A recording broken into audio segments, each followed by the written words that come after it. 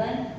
अनंतकारी जन जन के आस्था केंद्र आचार्य सम्राट गुरुदेव पूज्य श्री अनंत ऋषि जी महाराज के पावन स्मृति में शतशः अभिवादन। वर्तमान आचार्य डॉक्टर शिवमुनि जी महाराज, युवाचार्य पूज्य महेंद्र ऋषि जी महाराज, प्रवर्तक पूज्य श्री कुंदन ऋषि जी महाराज के चरण कमल में कोटि वंदन। तपस्वी रत्न पूज्य किशन मुनि जी महाराज, श्रुत स्थगिरा प्रखर व्याख्याता गुरुनी मैया डॉक्टर पूज्य धर्मशिला जी महासती जी के पावन स्मृति में शतशः अभिवादन। उपस्थित धर्मप्रेमी भाइयों, करुणामूर्ति माताओं तथा बहनों, एक ज्योतिष रास्ते से जा रहा था। रास्ते से चलते चलते ग्रहों की गति को देख रहा था। ग्रह कहाँ रहते हैं? ऊपर आकाश में देख के ग्रहों की गति को देख रहा था। रास्ते में बहुत बड़ा खड्डा आता है और वह खड्डे में गिर जाता है। गिरने के बाद जो रास्ते से लोग जा रहे थे उन सबको कह रहा था, अरे भाई कोई मुझे मदद करो, कोई मुझे बाहर निकालो। तब लोगों ने कहा, इतना बड़ा खड्डा आपको नजर नहीं आया? इतने बड़े खड्डे में आप गिर कैसे गए? तो ज्योतिष ने कहा कि मैं ग्रहों की गति को देख रहा था।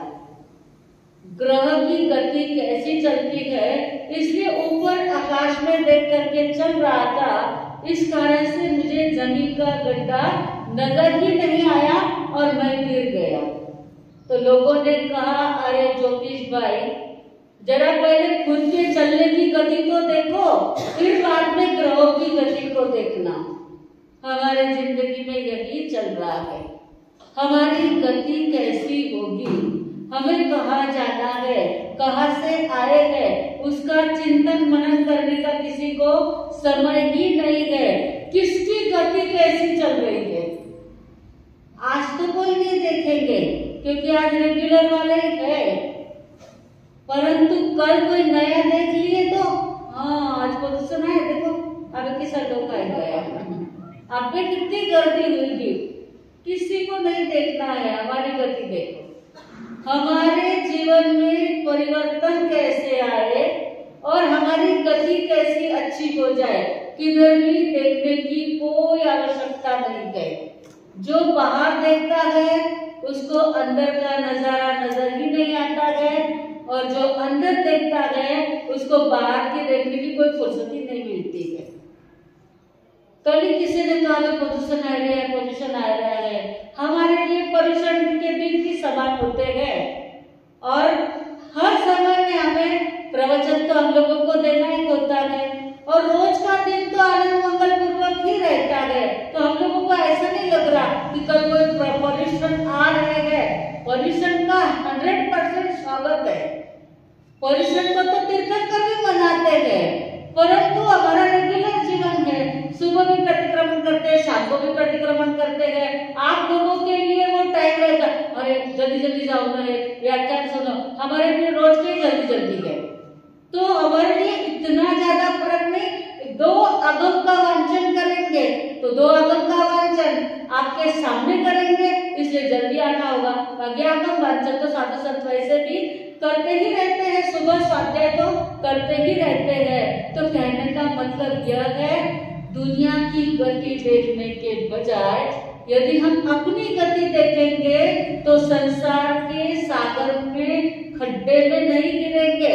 दूसरे की गति देखेंगे तो खड्डा तो तैयार नहीं रहने वाला है। इसलिए जैसे ज्योतिष भाव को जो है वो गिर गया, उसको लोग हंसते गए, उसी प्रकार दुनिया नहीं लेकिन जो केवल ज्ञानी है वो हम पर हंसेंगे। अरे भाई खाने पहले तुम्हारी तो गति देखो, फिर दूसरे की गति देखना। हमारी गति कैसी होनी चाहिए और अच्छी गति होने के लिए हमें क्या करना चाहिए, इसलिए हम मेरी भावना के ऊपर विचार कर रहे थे। मेरी भावना में जिसने राग द्वेष काम आदि को जीते, जिसने राग द्वेष और काम को जीत लिया है, उन्होंने सब जगह जान लिया। सारी दुनिया को उन्होंने जान लिया है। हमें ये दुनिया जानने का मौका कब आएगा? आंखें खुली रख करके नहीं, आंखें बंद करके भी नहीं, बस जो भी कोई केवल ज्ञानी कुछ भी देखना चाहते नहीं है पर सब कुछ दिखता है। और आप लोग सब कुछ देखना चाहते हैं तो आपको मेहनत करनी पड़ती है, पुरुषार्थ। हमको और आपको कुछ भी देखना हो ना, इस दीवार के पीछे भी क्या है ये भी देखना है तो हमें नीचे उतर के वहां तक जाना पड़ेगा। लेकिन केवल ज्ञानी को वैसा करना पड़ता है? क्यों नहीं करना पड़ता है? उन्होंने राग द्वेष और काम के ऊपर विजय प्राप्त कर ली, वो वितरागी बन गए। बस हमें सब दुनिया को देखना है तो हमें भी राग द्वेष और काम के ऊपर विजय प्राप्त करना होगा। 4 काम के ऊपर हम विचार कर चुके हैं। कौन से? शब्द, रूप, गंध, रस। शब्द, रूप, गंध, रस। जीभ के ऊपर हमने बहुत विचार किया, 2 दिन तक विचार किया। 2 दिन तो क्या, जितने दिन विचार करते रहेंगे तो भी जीभ का काम कभी पूरा होगा ही नहीं, क्योंकि जीभ बोलती इतना है ना, तो उसके लिए जीभ से तो काम बहुत ज्यादा चलते रहता है। तो जीभ का एक विषय तो हमने देख लिया बोलने का, दूसरा विषय है खाने का। जो थोपड़े के अंदर रसेंद्रिय के विषय आते हैं, कितने हैं वो? रसेंद्रिय के कितने विषय हैं? खट्टा, मीठा, कड़वा, कसेला, तीखा। खट्टा, मीठा, कड़वा, कसेला और तीखा। आप बोलोगे खारा तो है नहीं, जो नमक का तो पहला विषय, लेकिन कसेले में खारापन भी आ जाता है, इसलिए स्पेशली खारा का नहीं लिखा है। खट्टा, मीठा, कड़वा, कसेला और तीखा।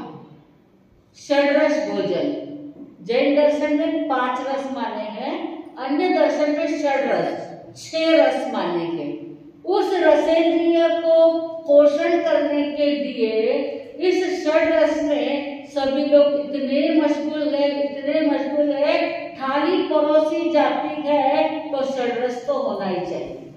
जब किसी के वहां भोजन करने के लिए जाते हैं तो खट्टे में क्या रहता है? अचार रहता है, दही रहता है, मीठा कोई भी मिष्टान रहता है, खट्टा में कड़वा, कड़वे के अंदर क्या रहता है? कभी मेथी रहती है, कभी करेले रहते हैं, कभी रहता कड़वा, कभी रहे ना रहे, 2 बात रहती है। परंतु अचार में भी थोड़ी मेथी डाल देते हैं। क्यों डालते हैं? वो स्वास्थ्य के लिए। परंतु स्वास्थ्य का विचार करने वाले कम है। जिसको कड़वा अच्छा नहीं लगता, मेथी उठा के बाजू में रख देते। रखते कि नहीं रखते? बहुत सारे लोगों को मेथी अच्छी नहीं लगती है, वो उसमें से बाहर निकाल देते हैं। तो कड़वा, कसेला यानी क्या? तूरा जैसा रहता है। तो ऐसा कसेला जो होता है, जो कच्चे जाम, पेरू, वो थोड़े कसेले रहते हैं। बहुत सारे लोगों को वो स्वाद भी अच्छा लगता है, कसेला, तो वो भी खाते रहते हैं। और खट्टा, मीठा, कड़वा, कसेला और तीखा। तीखा तो सबको बहुत अच्छा लगता है। मिठाई के साथ में भी तीखा ना हो तो अच्छा लगता है क्या? और इसी में सब जन फंसे रहते हैं। बाय चांस किसी ने उपवास किया और उपवास के दिन भी घर में षड्रस भोजन बना है। षड्रस में एक ही वस्तु में सारे रस भी डाल दिए जाते हैं। डालते हैं कि नहीं डालते हैं? हमारे बहनें जब रसोई बनाती है, वो इतनी निपुण है रसोई बनाने में, तो एक ही वस्तु में सारे रस डाल देते हैं। खट्टा, मीठा, कड़वा, कसेला, तीखा सब डाल देते हैं। एक सब्जी बनाते हैं, मिक्स सब्जी यदि बना ली तो उसमें सब कुछ रहता है। अभी थोड़े दिन पहले मुझे ड्राई फ्रूट की सब्जी आई थी, उस ड्राई फ्रूट की सब्जी में सब डाला हुआ था, खट्टा, मीठा, कड़वा, कसेला सब डाला हुआ था। पता नहीं खा जाऊं तो नहीं लागे कीड़ा रहेगी, याद तो नहीं रहे, बट वो खट्टा, मीठा, कड़वा, कसेला ये सब किसके लिए किया जाता है? एक अकेली जीव के लिए। और जब थाली परोस के सामने आती है तो खाने के लिए जीव लालायित हो जाता है। और तपश्चर्या न होने का ज्यादा से ज्यादा कारण यही है कि जब थाल परोस्यो आवे या जीवड़ी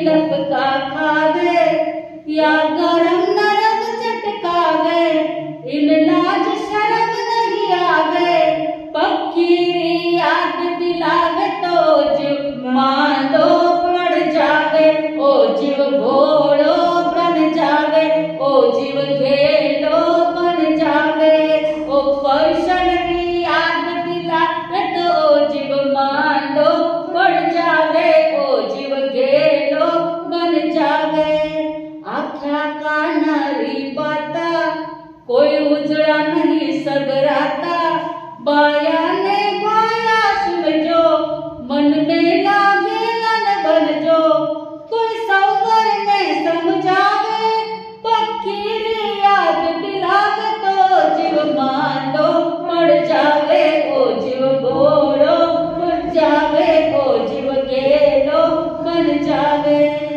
पर्यूषण की याद दिलाते हैं, कल से तेला करना है, सुई लाके दिन भर चाह लाके ट्राई करके देखो।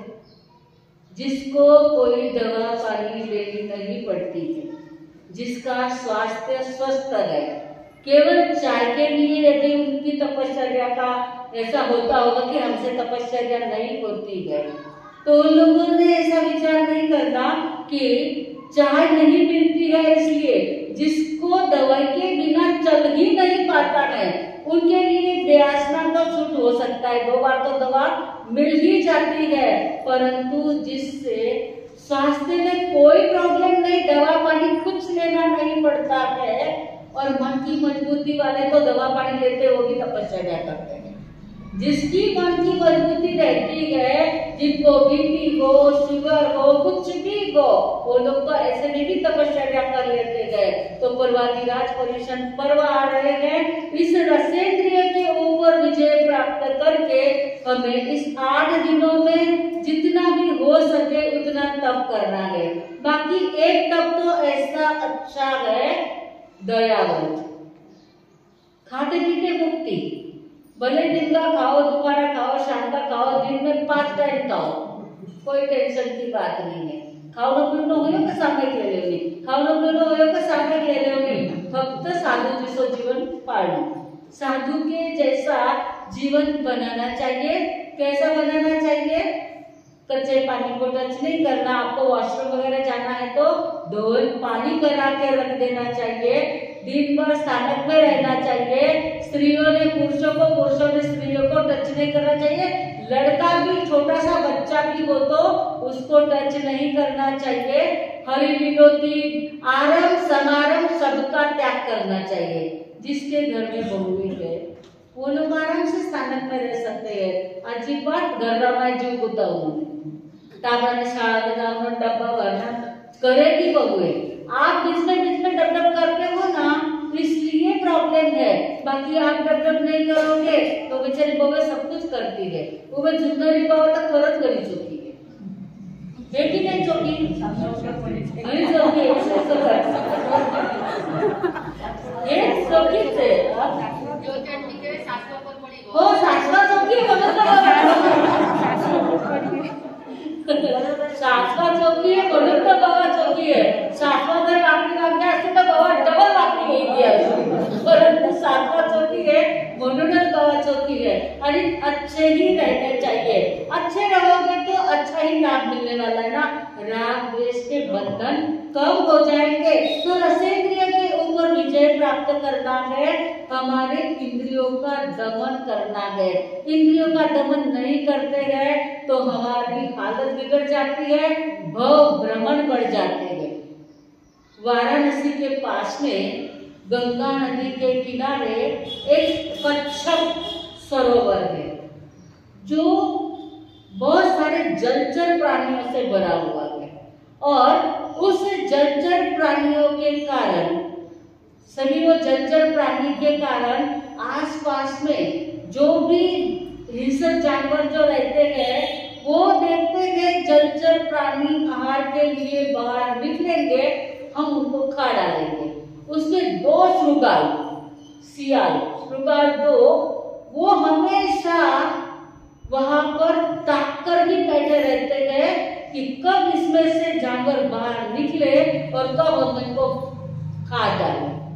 अब एक बार भूख तो सबको लगती है, फिर वो जानवर हो या मनुष्य हो, 2 कछुए आहार की खोज में, भोजन की खोज में शाम के समय में बाहर निकलते हैं। सुबह सुबह दिन में थोड़ी शाम तक ये सियाल लोग अटैक नहीं करते हैं, रात पड़ते ही तो सबको पकड़ लेते हैं। ये दिन के समय में बाहर निकलते हैं, लेकिन वे भूखे दोनों सियाल राह देखकर ही बैठे थे। अब जैसे ही दोनों कछुए ने देखा कि यहाँ पर भय है, यानी ये शृगाल अपने को खा जाएंगे, दोनों कछुए ने अपनी गर्दन और चारों पैर अंदर डाल दिए। अब कछुआ कैसा रहता है आपको तो पता है ना, किरा घर में है कि कासो, जिंदो कासो है क्या किरा घर में है? मैं ये पूछ लो तो क्या रास्ते रखे धन्यवाद में सब क्या रास्ते रखे पैसा मिलने के लिए। अरे कछुआ को जो आपके पुण्य बढ़ती है 18 घरे नहीं 75 टक्कर जटे है बटे पर, लेकिन हमने बहुत सारे घरों में देखा है वो कछुओं को एक ऐसे पानी के इसमें रख देते हैं और वो पानी में बड़ा होता जाता है, बड़ा होता जाता है। जैसे जैसे बड़ा होता जाता है, भ्रम है भ्रम, जो जितना बड़ा होगा उतना पैसा मिलता जाएगा। ये ऐसा कुछ नहीं होता है, अपनी पुण्य बढ़ती है ना तो पैसा मिलता है। तो वो कछुए जो उसका जो ऊपर का कवच होता है ना वो बहुत ज्यादा कड़क होता है, उसके ऊपर यदि किसी शस्त्र से भी प्रहार कर दिया तो वो टूटता नहीं है, इतना ज्यादा वो कवच ढालते जैसा होता है। तो कछुआ बहुत नक मारते हैं, लेकिन वो तो डस के मस्त नहीं होते दोनों कछुए। वो दोनों शृगाल वहां से चले जाते हैं और एक वृक्ष के पीछे जाकर के छुप करके बैठ जाते हैं। उसमें से एक कछुआ विचार करता है अभी भय चला गया, अभी कोई डर नहीं है, शृगाल तो चले गए ऐसा लग रहा है। उसने अपनी गर्दन और पैर थोड़ा बाहर निकाला। जैसे ही गर्दन और पैर बाहर निकाला, फटाक से एक शृगाल आया और उसने उसके ऊपर अटैक कर दिया। उसकी सबसे पहले गर्दन पकड़ ली और गर्दन पकड़ के उसको पलटा दिया और उसको नोच नोच के खाने लग जाता है। दूसरा कछुआ देख रहा है इसको क्या जल्दी थी, ये किसने क्यों गर्दन बाहर निकाली, ये चुपचाप बैठा रहता तो हालत तो ऐसी बिगड़ती नहीं, ये चुपचाप बैठा नहीं इसलिए हालत बिगड़ गई है। अब वो दूसरा कछुआ तो बिल्कुल अपना गर्दन और पैर बाहर ही नहीं निकालता है और शांति से पड़ा है।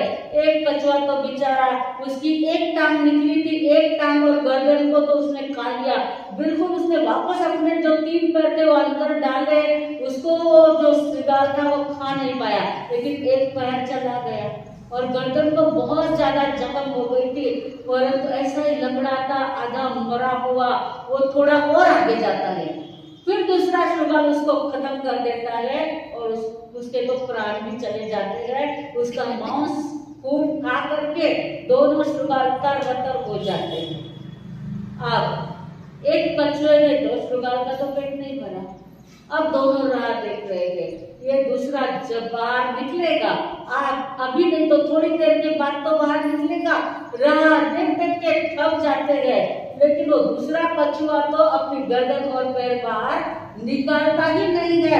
ऐसा करते करते रात का समय हो जाता है। अब कछुआ तो अपने बिल्कुल अपने आप में समेटा हुआ है, दोनों शृगाल थक जाते हैं राह देख करके, जाने दो ये तो बड़ा पक्का लगता है, वहां से चले जाते, चलो दूसरा कोई शिकार ढूंढेंगे। दूसरा शिकार ढूंढने के लिए जैसे दोनों शृगाल चले जाते हैं और ये जो दूसरा कछुआ है वो देखता है अब भय चला गया, अब कोई डर की बात नहीं है, ये तो बहुत दूर दूर तक जंगल में चले गए ऐसा नजर आ रहा है। तो वह जो एक कछुआ जिसने अपनी गर्दन और चारों पैर अंदर डाले हुए थे वो फटाक से अपनी गर्दन बाहर निकालता है, एक बार चारों ओर वापस नजर करता है, देखा कुछ भी नहीं है, जान बजा करके वो भाग करके अपने तालाब में जा करके वापस छिप जाता है। खाना नहीं मिला तो भी चलेगा, लेकिन इस सियाल से तो बचना ही होगा। ये ज्ञाता धर्म कथा के अंदर उदाहरण आता है। इस उदाहरण से हमारे जीवन में क्या लेना चाहिए? एक गर्दन और 4 पैर यानी हमारी 5 इंद्रियां। ये 5 इंद्रियों को यदि बाहर रखेंगे, बाहर तो बाहर ही गए, लेकिन इसका दमन नहीं करेंगे, शब्द रूप रसगंध स्पर्श के ऊपर विजय प्राप्त नहीं करेंगे, तो हमारी जिंदगी की ऐसी की ये राग द्वेष की सियाल हमको खत्म कर डालेगी। और फिर खत्म होने के बाद क्या होगा? भ्रमण। मरने के बाद मोक्ष मिलेगा क्या? इसलिए 5 इंद्रियों का कंट्रोल करना चाहिए। जीव तक के विषय को तो हमने देख लिया है। 5वीं इंद्रिया है स्पर्शेंद्रिय, और इस स्पर्शेंद्रिय के पीछे दुनिया पागल है। इस स्पर्शेंद्रिय के ऊपर यदि कंट्रोल कर लिया तो वह दीक्षा भी ले सकते हैं। जो स्पर्शेंद्रिय के ऊपर काबू कर लेता है वह संयमित जीवन जी सकता है। इसलिए हमारी 5 इंद्रियों में स्पर्शेंद्रिय के विषय सबसे ज्यादा है ना। कान के 3 विषय है, आँख के 5, नाक के 2, जीभ के 5 और स्पर्शेंद्रिय के 8 विषय है। हल्का, भारी, ठंडा, ऊना, लुखा, चौकिया, सुवारा और खरबचरा, ये 8 विषय हमारे स्पर्शेंद्रिय के हैं और इसी में सब लोग पड़े हुए हैं। इसको कंट्रोल में करने के लिए हमारे शरीर में हल्का क्या है? शरीर में हल्का क्या? फटाफट बोलो। बाल एकदम वेटलेस, हल्के कोई है, आप उसके पीछे कितना राग द्वेष है बताइए। पोल्यूशन आने के पहले ही काला कर दे रहे, कोई लाल करे, कोई काला करे, कोई मोकळा રહેવાને चाहिए। इतना लोग आईला પછી મસ્ત दिसले चाहिए ना आपल्याला, आणि म्हणजे पासा भीतर गुड्डा करून लगायने टाकल्यापर्यंत सगळ्यांनी ड्रामाने लई लिया, लाडला આગલા किनाच પડ્યા નહીં, सगळ्यांनी लिया। પછી પ્રદૂષણ માટે કઈ નટ્ટા પટ્ટા કरून લૂંટાઈ રહેणार નહીં, આવા કરોજ કેસને રંગાય। करो कि नहीं करो, खोटो खोटो बोलो, करो करो बोलो ना, करो बोलो ना। तो ऐसा बालों के पीछे राग द्वेष है या नहीं है? हल्का केस, भारी हड़का। हमारी हड्डियां कैसी है? भारी है। हर एक की हड्डियां भारी ही रहती है हमारे शरीर में। उस हड्डियों के पीछे कितना प्रॉब्लम है। किसकी हड्डी बड़ी हो जाती है, किसकी टूट जाती है, किसी को फ्रैक्चर हो जाता है। इसके पीछे हमारी जिंदगी का कितना समय जाता है।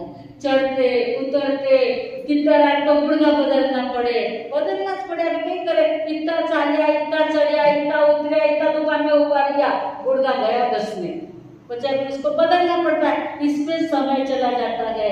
जब तक स्वास्थ्य रहते हैं तो आज तो मैंने कोई नहीं भाई, मारा बना मस्त है गुड़गा, वो हो गया ना, और गुड़गे दुखने गए भाई, कहीं रही गए कि नहीं मालूम है, घना गुड़गा दुखे। उसके प्रति राग द्वेष चलता ही रहता है। ये भारी है हड्डियां, हल्का केस, भारी हड़का। लुकी लुकी नहीं है जी, कितना खाओ घी, कितनी खाओ शक्कर, तो ये जिंदगी भर लुकी की लुकी। कभी भी साबुन लगा के जीभ को किसी ने धोया नहीं, धोया किसी ने धोया नहीं। हाथ से घी खाया तो हाथ को धोना पड़ता है। इनको सब कुछ भी तेल वाला हाथ को लगा तो साबुन लगा के हाथ धोने पड़ते हैं। जिसमें खाते हैं उसको भी साबुन डाल के धोना पड़ता है। लेकिन आज दिन तक इस जीभ को किसी ने साबुन से धोया नहीं।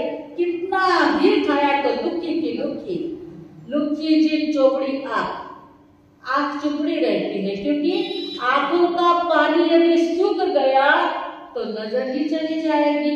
आंखों में पानी तो होना ही चाहिए।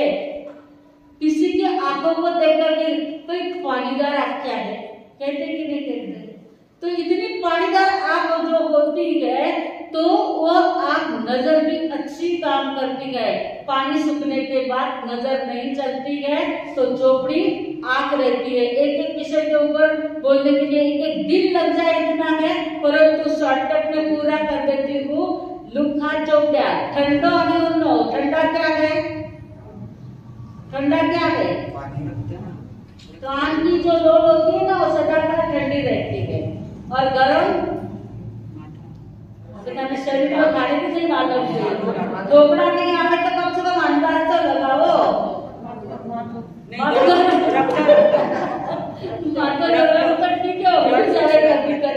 कलेजा, उन्ना कलेजा, गरम क्या द हार्ट। यदि हमारा हार्ट ठंडा पड़ गया तो अर्यंत नाम उन्ना कलेजा, ठंडा उन्ना रुखा चौका, सुवाड़ा और खरबचड़ा। आगे तो क्यों सुवाड़ा स्मूथ क्या है और खरबचड़ा क्या है? सुवाड़ा है स्मूथ, टालवा, टालू जो होती है ना, टालवा मुंह के अंदर का, वो स्मूथ रहता है। और खरबचड़ी पाव की एड़ी, यहाँ अभी तक पाव की एड़ी खरबचड़ी नहीं बनी है। इसका कारण क्या है पता है?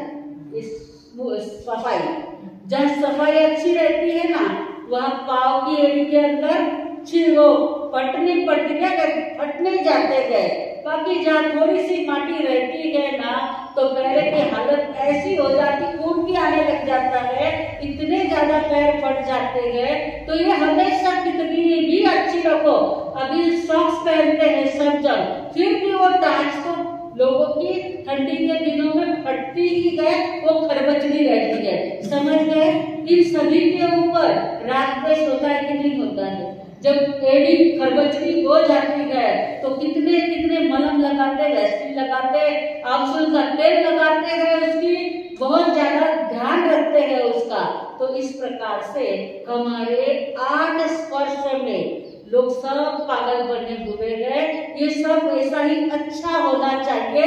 यदि खराब है तो उसको सुधारने के लिए, और स्पर्शेंद्रिय के पीछे संसारी लोग पागल है। अभी किसी को कह दो 8 दिन के लिए तो ब्रह्मचर्य के पछाड़ सब जन ले लेंगे, 4 महीने के लिए कितने जन तैयार हुए थे बताओ? 2-4 जन। ये स्पर्शेंद्रिय के ऊपर विजय प्राप्त करना होगा। 5 इंद्रियों के 23 विषय के ऊपर यदि विजय प्राप्त कर लिया तो जो 5 इंद्रियों को संकोच करने वाला कछुआ सही सलामत अपनी जगह पर वापस पहुंच गया, और जिसने अपनी 5 इंद्रियों को खुला छोड़ दिया वो खत्म हो गया। अब आपने वो खत्म होना है या सही सलामत रहना है? कई करना है, सही सलामत रहना तो मुझे नहीं करना पड़ेगा। 5 इंद्रियों के ऊपर कंट्रोल करो। ये 5 इंद्रियों के जो राग में से ना, वही हमें संसार में भटका रहे हैं। हमें संसार में नहीं भटकना है, इसलिए कर से 5 इंद्रियों को कंट्रोल करने के लिए कान से मोबाइल में सुनना नहीं, आंख से टीवी देखना नहीं, कोई इतर वगैरह सेंट वगैरह डालना नहीं नाक से सूंघने के लिए, जीभ के लिए एक भी हरी मिर्ची भी घर में लाना नहीं, स्वाद के लिए थोड़ा सा फ्रूट तो खा लिया, थोड़ा सा कुछ भी नहीं, बिल्कुल सुस्ता एकदम जो अचित है वही खाने की कोशिश करना। सचित पानी भी पीना नहीं।